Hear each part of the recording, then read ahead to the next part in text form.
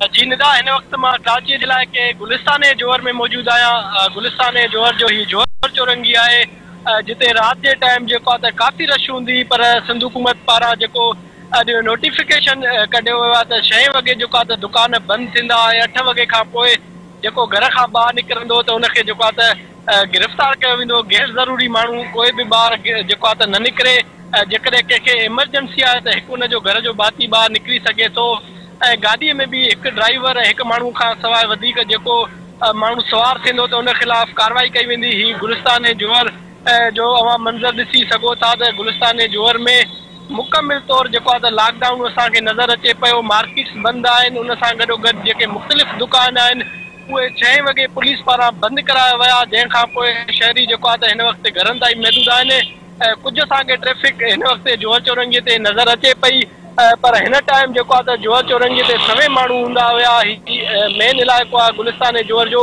मुख़्तलिफ़ रोड रस्ता जेको आहे त हितां निकिरंदा आहिनि। सफूरा तरफ़ ई रस्तो वेंदो आहे, उन सां गॾोगॾु पहलवान एयरपोर्ट तरफ़, इन सां गॾोगॾु समामा तरफ़ ई रोड वेंदो आहे। पर हिन वक़्तु असांखे मुकमिल हिते जेको आहे त लॉकडाउन नज़र अचे पियो। शाहराह फैसल जी जेका पुलिस आहे उहा बार बार दुकानदारनि खे अची करे इहो चए पई त हू लॉकडाउन ते जेको आहे त अमल कनि। हिन वक़्तु जेके रेस्टोरेंट खुलियल आहिनि या होटल खुलियल आहिनि उन ते बि सिर्फ़ु पार्सल जी जेका सहूलियत आहे उहा असांखे नज़र अचे पई। उन सां गॾोगॾु खीरिया दुकान कुझु खुलियल आहिनि ऐं कुझु मेडिकल असांखे नज़र अचनि पिया जेके खुलियल आहिनि। बाक़ी समूरा दुकान जेके बंदि आहिनि। ऐं मां इहो बि ॿुधाईंदो आहियां त गुलिस्तान जोहर जे जेके गिटिन में जेके दुकान आहिनि उहे बि असांखे बंदि नज़र अचनि पिया। सिर्फ़ु किराना स्टोर जेको आहे त उते खुलियल आहिनि, बाक़ी बंदि आहिनि। सिंध जे वॾे वज़ीर पारां कराचीअ जे समूरनि DCs खे घुराए उनखे सख़्तीअ सां हिदायत कई त लॉकडाउन ते हू अमल कराइनि। अच्छा ख़ालिक, जीअं अवां ॻाल्हि कई त 6 बजे खां पोइ मुकमल तौर ते जेके दुकान मुकमल तौर ते बंदि कया वेंदा, जीअं अवां ॾेखारियो बि पिया असांखे नज़र अचे पियो त रश अञा आहे। इहो ॿुधाइजो त छा रेंजर्स ते पुलिस जो गश्त जारी आहे? गॾोगॾु इहो अवांखे ख़बर आहे त सिंध हुकूमत पारां जेको नोटिफिकेशन जारी कयो वियो आहे उन में इन ते चयो वियो आहे त जेको ड्राइवर गाॾी में हिकु माण्हू हूंदो त उन सां सिर्फ़ु ड्राइवर ऐं उन सां हिकु ई माण्हू हूंदो। छा इन ते अमल थींदे अवांखे नज़र अचे पियो? जी निदा, हिन वक़्तु पुलिस एहलकार उन सां गॾोगॾु रेंजर्स एहलकार बि हिते रोडनि ते गश्त कनि पिया। ऐं सिंध सरकार पारां जेको ही नोटिफिकेशन कढियो उन ते दुकानदारनि पारां एतिराज़ कयो। पर ही जेको ईस्ट ज़िलो आहे पूरे सिंध में जेको आहे घणे में घणा केस कोरोना वायरस जा हिन ज़िले में अचनि था। 26 सैकड़ो जेको आहे हिते केसनि जी शरह आहे।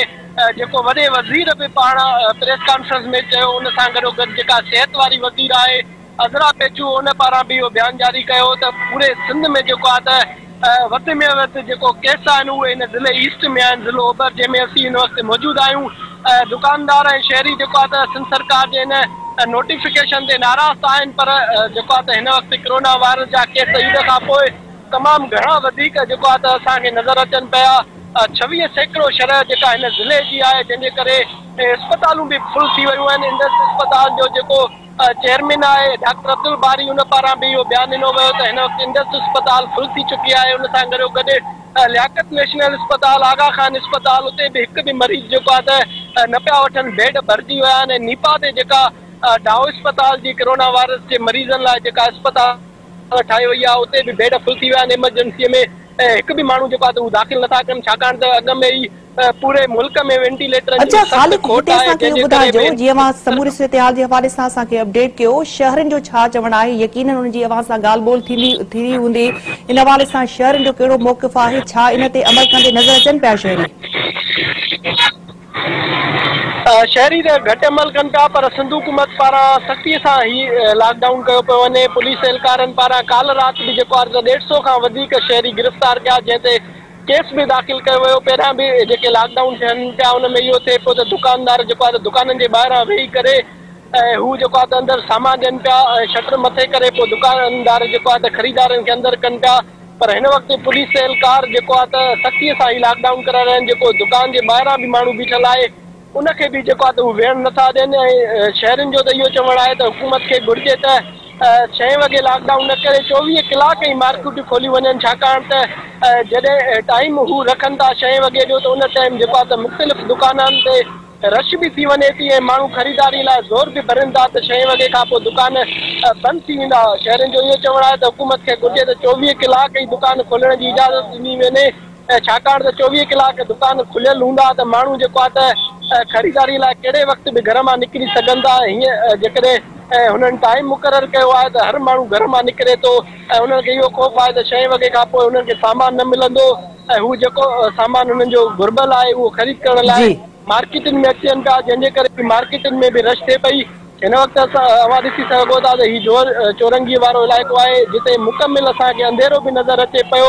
हुकूमत पारां जेको आहे त जेके मेन रोड आहिनि उन्हनि जूं लाइटियूं बि बंदि कयूं वयूं आहिनि ऐं जेके वॾा शॉपिंग सेंटर आहे उन्हनि में जेके मेडिकल जा दुकान आहिनि उहे बि बंदि करण जो फ़ैसिलो कयो वियो। वॾा वॾा माल बि असांखे हिन वक़्तु बंदि नज़र आया। पहिरियां जेको नोटिफिकेशन जेको आहे त जारी कयो वियो उन में इहो ठीक आहे। ख़ालिक समूरी सूरत हाल जे हवाले सां तव्हां असांखे अपडेट कयो। वॾी महिरबानी अवां जी।